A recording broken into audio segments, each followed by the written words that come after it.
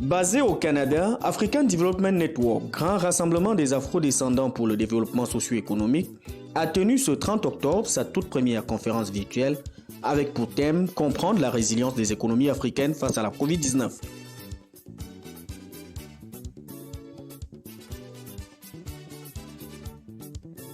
Si la pandémie de la Covid-19 a ébranlé la planète tout entière, les observateurs de tous bords s'accordent à reconnaître qu'en Afrique, les chiffres, bien que déplorables, n'ont pas été aussi meurtriers qu'ailleurs, malgré l'impact négatif sur le quotidien économique des populations.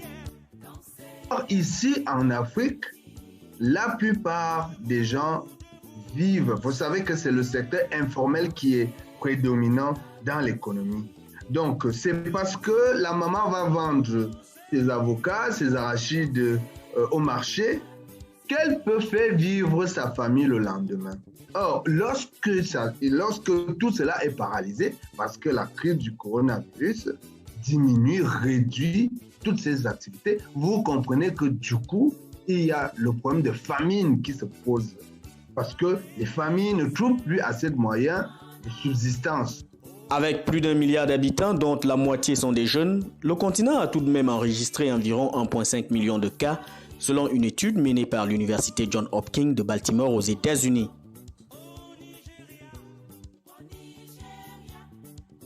Quoi qu'il en soit, les économies africaines ont durement été affectées par la pandémie mais n'ont pas plié. Ceci grâce non seulement aux mesures prises par les gouvernements, mais aussi et surtout avec l'apport des structures mises sur pied par les afro-descendants. Axiom Génie Conseil est basé en Guinée-Conakry et spécialisé en santé et sécurité au travail. Dirigé par une expertise afro-canadienne, leur impact en matière de formation des populations, des PME et des multinationales pendant la première vague de la Covid a été d'une importance capitale. Ceci a permis de limiter la propagation du virus et stabiliser les économies. C'est comme en Axiom Génie Conseil, nous allons aider à ces coopératives-là dans le cadre de l'assurance qualité, pour que ces multinationales et ces compagnies installées dans leur zone, dans leur concession, puissent acheter un grand nombre de savons avec ces coopératives-là. Et donc, c'est ce projet-là qui est en cours présentement. De telles initiatives en direction de l'Afrique sous l'impulsion des afro-descendants sont encouragées par les pouvoirs publics africains. Toute chose que les diplomates africains présents à cette conférence ont réitéré avec force. Le leitmotiv actuel du Canada, c'est le retour sur la scène internationale. Et je pense que ce retour sur la scène internationale, derrière lequel le Canada compte énormément, en ce qui concerne l'Afrique, ne peut pas passer en dehors de la prise en compte de la communauté africaine qui est ici. Et en même temps, cette communauté a l'avantage de venir en tant qu'investisseurs occidentaux, façon de parler. Et donc, il pourra bénéficier des énormes avantages que nos pays offrent aux investisseurs étrangers qui viennent dans nos pays. Many countries in Africa have discovered oil and gas, and there are still a lot of potentials to be explored or exploited in the mainstream and downstream in the sector of oil and gas.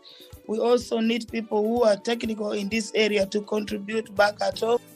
Mais le génie des afro-descendants vivant au Canada peut aussi s'exprimer loin de l'Afrique pour le bien de l'Afrique.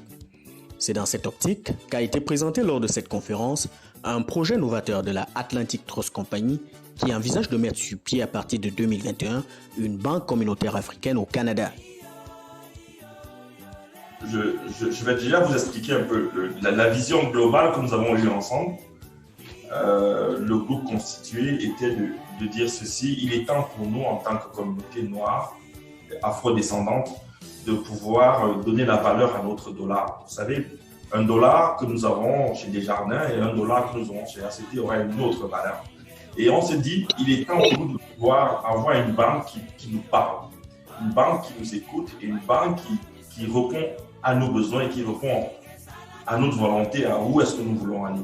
Et à cet effet, on a décidé avec un groupe de personnes que vous avez dans le PowerPoint tantôt, d'acquérir l'unique licence qui était encore disponible à l'île du Prince-Édouard, qui date de 1965, qui a tous les droits et avantages d'une banque Ce premier rendez-vous virtuel de la African Development Network a connu un franc succès avec la participation de plus d'une centaine d'afrodescendants connectés.